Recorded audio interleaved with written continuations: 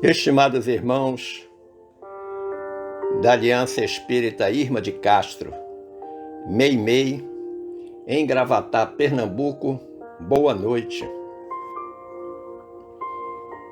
Que a paz de nosso amorável Mestre Jesus esteja em todos os corações aqui presentes, encarnados e desencarnados, balsamizando dores, esclarecendo dúvidas, enxugando lágrimas, fortalecendo a fé.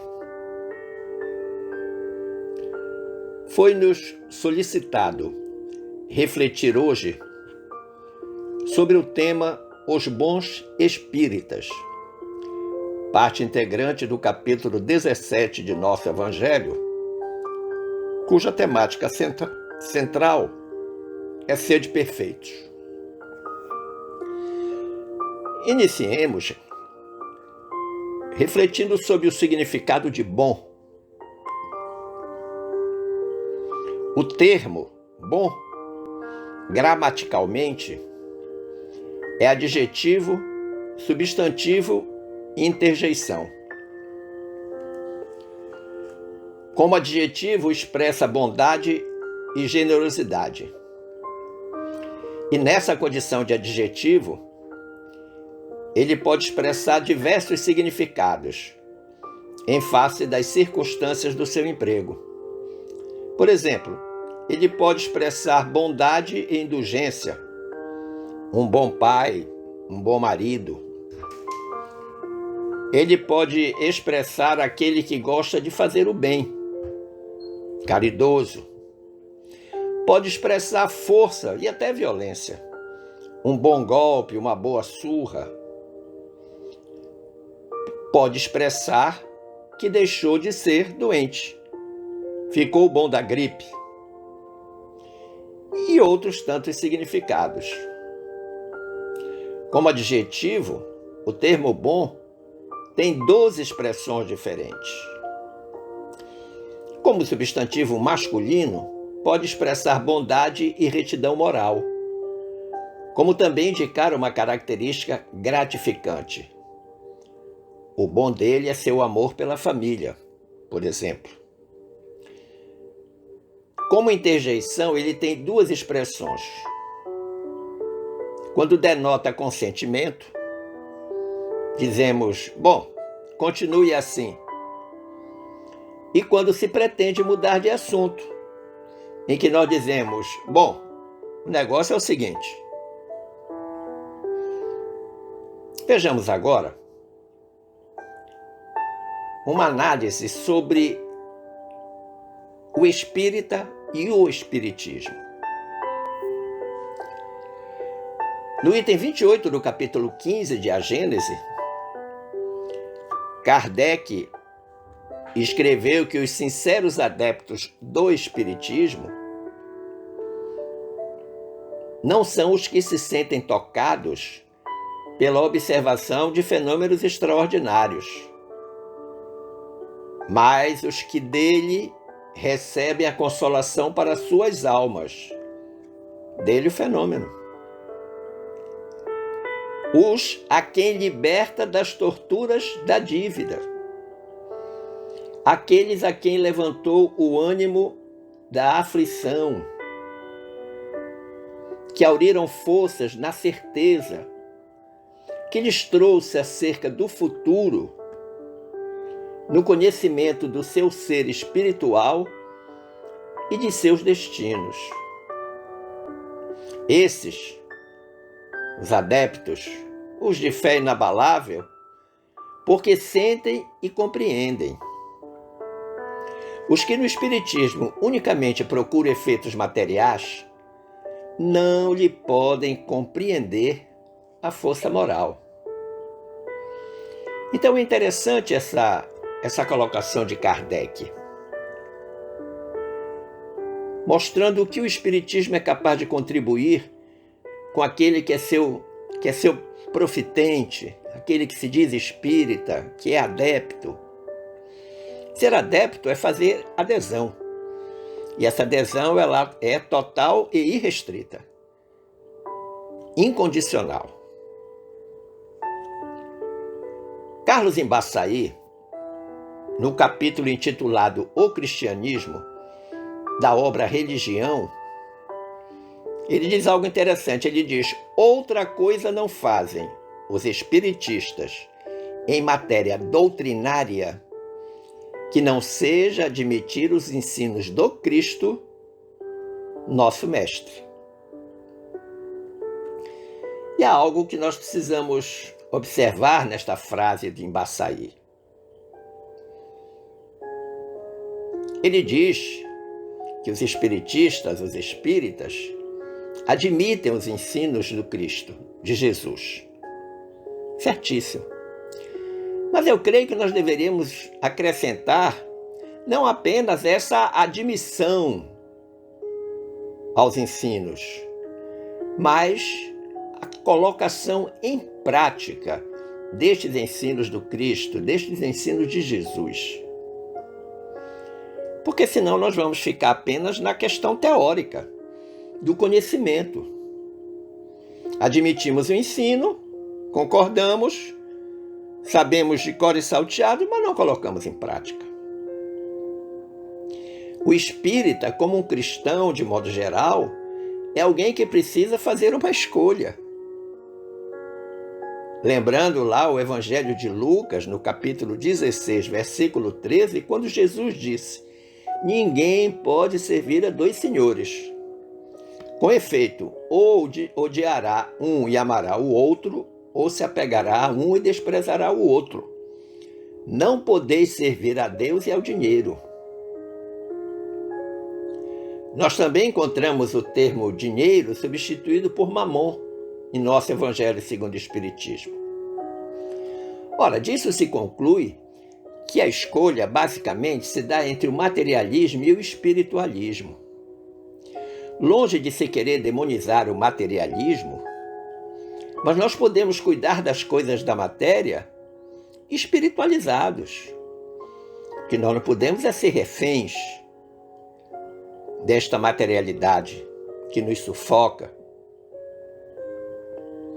Os espíritas são servidores que se empenham em se tornar pessoas de bem, que não ignoram a transitoriedade dos atrativos da vida no plano físico. A gente precisa entender isso. No plano físico, a vida material, tudo é passageiro. Tudo é transitório. Permanentemente, só as coisas do espírito. Os espíritas servem a Jesus como mestre e senhor. Não na perspectiva da vassalagem, de serem vassalos, não. Mas no sentido de admitir e colocar em prática os ensinos de Jesus. Os espíritas compreendem igualmente que o reino do Cristo ainda não é da terra e que não se pode satisfazer a Jesus e ao mundo a um só tempo, ao mesmo tempo. Que eu falei anteriormente, tem que fazer uma escolha. A tarefa primordial do discípulo é, portanto, compreender o caráter transitório da existência carnal, consagrar-se ao Mestre como o centro da vida e oferecer aos semelhantes os seus divinos benefícios. E você pode me perguntar, mas quem disse isso? E eu lhe responderei. Foi Emmanuel, no capítulo 142 da obra Caminho, Verdade e Vida. Agora, no capítulo 1 da obra O que é o Espiritismo, diz-nos Allan Kardec: nem todas as pessoas que participam de uma casa espírita são, efetivamente, espíritas, pois existem diferentes motivos que conduzem uma pessoa ao centro espírita. Há, inclusive, as que continuam vinculadas a outras interpretações religiosas, a despeito de apreciar os ensinamentos do Espiritismo. Em geral, são pessoas espiritualistas, que buscam algo além das condições materiais em que o mundo se encontra mergulhado. Todas as religiões são necessariamente fundadas sobre o espiritualismo. Quem quer que creia que em nós existe outra coisa além da matéria é um espiritualista. Mas o que não implica na crença nos espíritos e nas suas manifestações. O fato de ser espiritualista obrigatoriamente não torna um indivíduo espírita. Sendo assim, antes de ser espírita, propriamente dito, é preciso que o indivíduo então seja espiritualista. Este é o primeiro passo. A gente percebe isso quando lê o item 19 do capítulo 3, da primeira parte do Livro dos Médiuns, quando os colaboradores espirituais de Kardec disseram: falar-lhe dos espíritos antes que esteja convencido de que tem uma alma é começar por onde se deve acabar, pois não lhe será possível aceitar a conclusão sem que admita as premissas. Olha que interessante. Quando alguém manifesta interesse em adentrar na doutrina dos espíritos, no espiritismo, é fundamental que esta pessoa se convença primeiro de que ela possui uma alma, que ela é imortal, que depois que ela desencarna, que ela morre, a vida continua. Quando ela tiver esta convicção, aí, segundo os colaboradores de Kardec, pode-se falar para ela sobre os espíritos. O segundo passo é conduzir o adepto ao estudo espírita. Ele necessita esclarecer-se a respeito dos fundamentos doutrinários, quais são as proposições, os objetivos, as finalidades do espiritismo.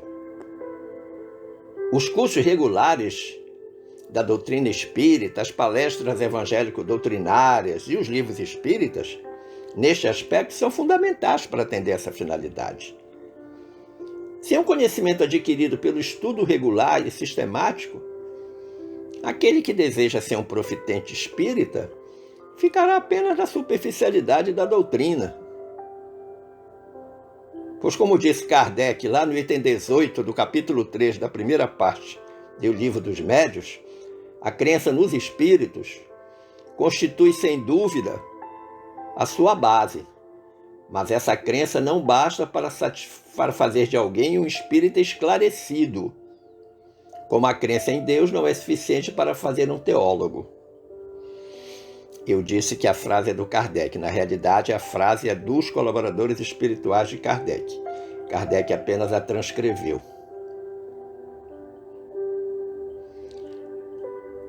Quais seriam as categorias de adeptos do espiritismo?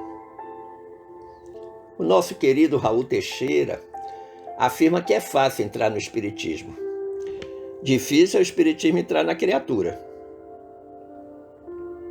Ser espírita exige conhecimento, dedicação, perseverança, bom senso, maturidade espiritual e renúncia. 6 elementos importantes.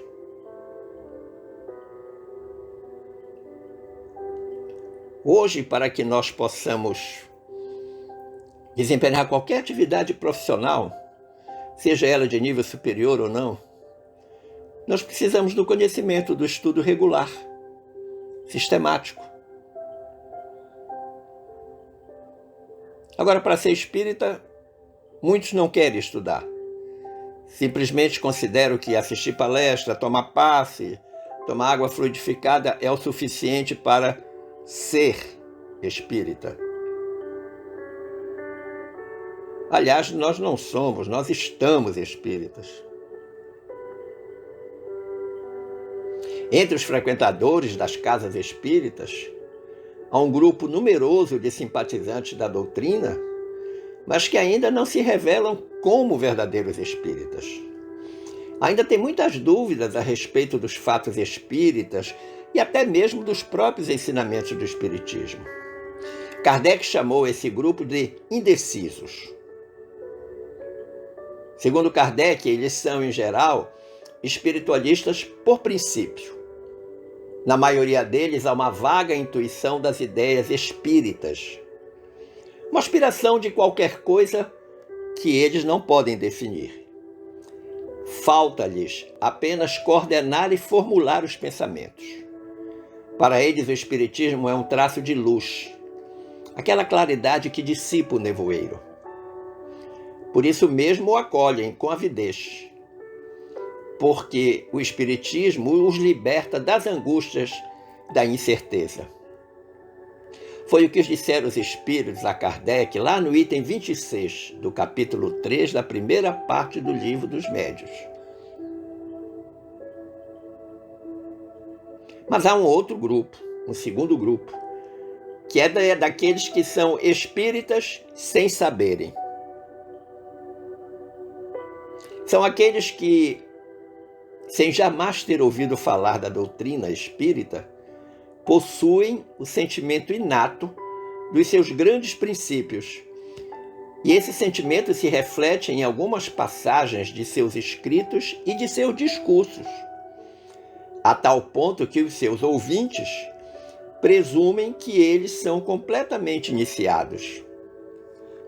Encontramos numerosos exemplos desse fato nos escritores profanos e nos escritores sagrados, nos poetas, nos oradores, nos moralistas, nos filósofos antigos e modernos. Tal como disseram os Espíritos no item 27 do capítulo 3 da primeira parte do Livro dos Médiuns. Espíritas sem saberem, nesta reencarnação, porque seguramente em encarnações anteriores foram profitentes espíritas. E esta prática, este conhecimento, ficou neles. Entre os espíritas propriamente ditos, aqueles que estudam os postulados da doutrina espírita, que conhecem bem as obras espíritas, sobretudo as obras básicas, há também diferentes categorias, como assinala Allan Kardec lá no item 27, capítulo 3, primeira parte do Livro dos Médiuns. Ele diz que temos os espíritas experimentadores. Isso mesmo, experimentadores. São aqueles que creem pura e simplesmente nas manifestações. Para eles, o Espiritismo é apenas uma ciência de observação, uma série de fatos mais ou menos curiosos. Eles acreditam, mas fica somente neste acreditar. O outro grupo é dos espíritas imperfeitos. São os que veem no Espiritismo mais do que os fatos, portanto, um pouquinho diferente dos experimentadores. Compreendem a sua parte filosófica, admiram a moral daí decorrente, mas não a praticam. São entusiastas, mas não fazem nada que recomenda a doutrina. O avarento continua sovina, o orgulhoso continua cheio de si, o invejoso e o ciumento são sempre hostis e por aí vai. Eles consideram a caridade cristã como uma bela máxima. Acho uma coisa extraordinária nos outros, mas eles não conseguem praticá-la. Temos ainda o grupo dos espíritas exaltados. Exaltados. São aqueles que aceitam os fenômenos do mundo invisível com muita facilidade e sem verificação. Não há bom senso, não há o filtro da razão, o crivo da razão. Aquilo que a reflexão e o exame demonstrariam ser absurdo e mesmo impossível. Aquele fenômeno assim absolutamente fora de série, se você vai refletir sobre ele, examinar, percebe que ele não é verdadeiro, o espírito exaltado aceita. Esta espécie de espírita, ela é muito mais nociva do que útil à causa do espiritismo. Principalmente porque muitos deles divulgam fatos e coisas do espiritismo sem nenhum alicerce técnico, científico, moral, doutrinário. E por último nós temos os espíritas cristãos, que são aqueles que, convencidos de que a existência terrestre é uma prova passageira, eles tratam de aproveitar os seus breves instantes aqui na Terra para avançar pela senda do progresso, que eles sabem que é a única que os pode elevar na hierarquia do mundo dos espíritos, do mundo espiritual. Eles se esforçam em fazer o bem e reprimir os seus maus pendores, eliminar suas imperfeições. Eles rejeitam os maus pensamentos com toda a força e esforçam-se permanentemente na prática da caridade. São espíritas verdadeiros, os espíritas cristãos. Mas você poderia perguntar, mas quais são as características dos bons espíritas? Em primeiro lugar, vamos recordar que os bons espíritas não são meros seguidores ou adeptos da doutrina espírita. Os bons espíritas possuem qualidades que os diferenciam dos demais indivíduos, pois que eles se esforçam em ser bons cristãos. Há uma anterioridade. Assemelham-se àquele servidor que multiplicou os talentos recebidos de Deus, produzindo inúmeros frutos, como ensina a parábola dos talentos. Está lembrada da parábola dos talentos? Evangelho de Mateus, capítulo 25, versículos 14 a 30. Pois é, o bom espírita multiplica os talentos, ele não enterra, ele não despreza. Os bons espíritas podem ser comparados também ao semeador, que, movido pelo propósito de auxiliar seus irmãos em humanidade, espalha a boa semente dos ensinamentos pelos campos do mundo, sem esperar qualquer tipo de retribuição, apenas seguindo as orientações do Evangelho. E nós podemos confirmar isso na parábola do semeador, que está no Evangelho de Mateus, capítulo 13, versículos 3 a 9. Mas vejamos as principais características do bom espírita. Primeiro, ou primeira, ser verdadeiro cristão. Cristão com C maiúsculo. Outra coisa não fazem esses espiritistas em matéria doutrinária que não seja admitir os ensinos de Jesus, o nosso mestre. São verdadeiramente os cristãos mais diretamente responsáveis pela substancialização dos ensinamentos que o nosso divino mestre legou à humanidade. Mas eu quero insistir mais uma vez. Não apenas admitir, mas colocar em prática. O bom espírita, segundo a característica dele, não descura da sua melhoria espiritual. Ele está permanentemente interessado no seu progresso, na sua evolução. É aquele que mantém acesa a chama, assinalada lá no item 5 do capítulo 6 do nosso Evangelho, ditada pelo Espírito de verdade, quando disse: espíritas, amai-vos. Este o primeiro ensinamento. Instruí-vos, este o segundo. Olha que interessante. Amai-vos é uma mudança de comportamento magnada total. Primeiro ensinamento. O segundo, instrução, conhecimento. E o Espírito de Verdade disse ainda: todas as verdades encontram-se no cristianismo. Jesus deixou tudo muito bonitinho para a gente. Tudo certinho. Claro que pode haver erros de interpretação, pode haver erros de tradução, pode haver até exageros por parte daqueles que escreveram sobre as coisas que Jesus disse e fez. Mas o cerne da sua missão na Terra, isso foi preservado na sua total pureza. A missão de Jesus na Terra foi uma missão de amor.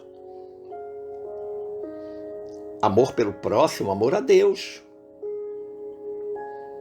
Quem ama ao seu próximo faz tudo o que Jesus fazia e mais um pouco. Lembre-se que ele disse: vós podeis muito mais. E o Espírito de Verdade disse: os erros que nele se arraigaram no cristianismo são de origem humana. E eis que do além-túmulo, que julgáveis o nada, vozes vos clamam: irmãos, nada perece. Jesus Cristo é o vencedor do mal. Sede os vencedores da impiedade. Olha que interessante essa reflexão do Espírito de Verdade. Os erros do cristianismo são de origem humana. Somos nós que fizemos. Você agora, acreditando na vida além da vida, ou após a morte, aqueles que nessa condição estão, os nossos espíritos colaboradores, gritam a todo pulmão: nada perece. Ou seja, somos imortais. A vida continua, apenas fora do corpo. O corpo físico? O corpo físico é uma roupa que cada vez que a gente reencarna, veste. Quando vai desencarnar, sai da roupa. Agora, ele diz: Cristo é o vencedor do mal. E pede para a gente ser o vencedor da impiedade. O que é o ser impiedoso? Aquele que não tem piedade. O que é o ser? O que é a piedade? Se não é o reconhecimento do outro, em todas as suas dimensões, como meu irmão, como uma extensão de mim mesmo. Se a ele eu quero bem, eu farei as coisas para ele como gostaria que me fizessem. E vencer a impiedade em tratar mal as pessoas, com orgulho, com desprezo, com desamor. Não ser caridoso, não ser justo, não ser ético, não ser digno. Isso é vencer a impiedade. A terceira característica do bom espírito é saber exemplificar. Fazer o que Jesus fazia. Ele ensinava, mas praticava o que ensinava. Aliás, toda a aula teórica dele é imediatamente seguida de uma aula prática. E nós muitas vezes ficamos na retórica do discurso e não exemplificamos com a conduta se de fato aquilo que nós estamos dizendo nós acreditamos. Muitas coisas podem ser da boca para fora.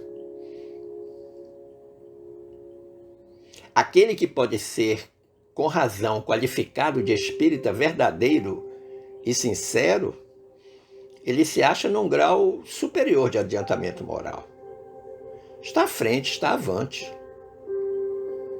O espírito que nele domina a matéria de modo mais completo, dá a ele uma percepção bem mais clara do futuro. A noção de futuro dele muda completamente. Para muitos, o futuro é semana que vem, mês que vem, ano que vem. Para o verdadeiro espírita, o futuro é a próxima vida, para onde nós retornaremos à verdadeira morada. O espírita que sabe exemplificar nele os princípios da doutrina lhe fazem vibrar as fibras que nos outros se conservam inertes, não vibram. Se nós pudermos resumir numa palavra, como está lá no item 4 do capítulo 17 do nosso Evangelho, o bom espírita é tocado no coração. Daí porque é inabalável a sua fé. Absolutamente inabalável. Um é como um músico, a quem bastam alguns acordes para comover, ao passo que o outro apenas ouve os sons. É a diferença entre o bom e o que não é bom. Eu não gostaria de chamar de mal espírita. A quarta característica do bom espírita, melhor dizendo, é que ele esforça-se para ser virtuoso, ser praticante da caridade. Em nosso Evangelho, lá no capítulo 17, item 9, está escrito: a virtude no mais alto grau é o conjunto de todas as qualidades essenciais que constituem o homem de bem. Conjunto de todas as qualidades essenciais. Se é essencial é porque é indispensável. Tem que existir. Quais seriam essas virtudes, essas qualidades? Ser bom, caridoso, laborioso, sóbrio, modesto. São qualidades do homem virtuoso. A virtude, dizem os espíritos, assim compreendida e praticada, que vos convido, meus filhos, é a essa virtude verdadeiramente cristã e verdadeiramente espírita que vos incito a consagrar-vos. Afastai, porém, de vossos corações tudo que seja orgulho, vaidade, amor próprio, que sempre tiram o encanto das mais belas qualidades. Então, o venerando colaborador que editou essa resposta a Kardec, ele apresenta para a gente esses 3 elementos que empanam o brilho das virtudes. O encanto das belas qualidades, que são o orgulho, a vaidade e o amor próprio. A prática da caridade é o único caminho seguro que nós temos para chegar à perfeição. O rico, o pobre, o letrado, o analfabeto, todos, indistintamente, têm possibilidade ampla de praticar a caridade. Caridade não é privilégio de ninguém. Mas é fato que, mesmo não sendo patrimônio de grupos privilegiados, portanto ela não é exclusiva, ela aponta para uma necessidade importante. Precisamos uns dos outros, precisamos do próximo, do outro, para exercer essa caridade. E normalmente isso acontece ante situações adversas em que nós somos colocados. Situações essas que exigem amor, compreensão e renúncia. Recordando que Deus é amor e Ele abençoa aqueles que amam santamente. Evangelho de João, Deus é amor.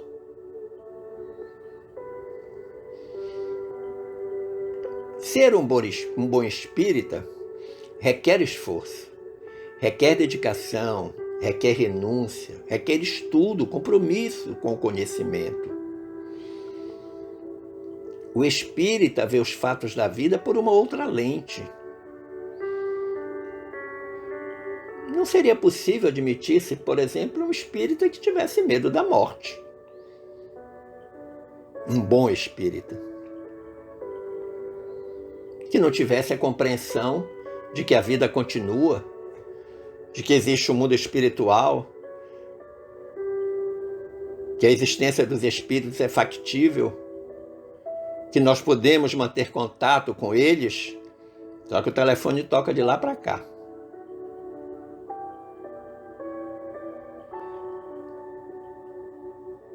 O Espiritismo espera pelos bons espíritas.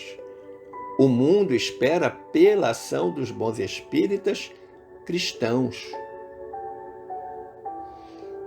O fato de sermos espíritas não nos torna melhores que ninguém, porque tanto quanto outros irmãos de outras confissões religiosas, nós também estamos no processo de evolução. Agradecendo o carinho da atenção, eu desejo a todos um santo e alegre Natal. Quero agradecer as oportunidades que tive neste ano de 2021 de estar aqui nesta casa, uma vez por mês, refletindo com vocês sobre variados temas dessa amada doutrina dos Espíritos. Pedindo a Deus e a Meimei que nos permita, no próximo ano, continuar essa modesta colaboração. Desejo que todos fiquemos em paz com Jesus. Um forte abraço.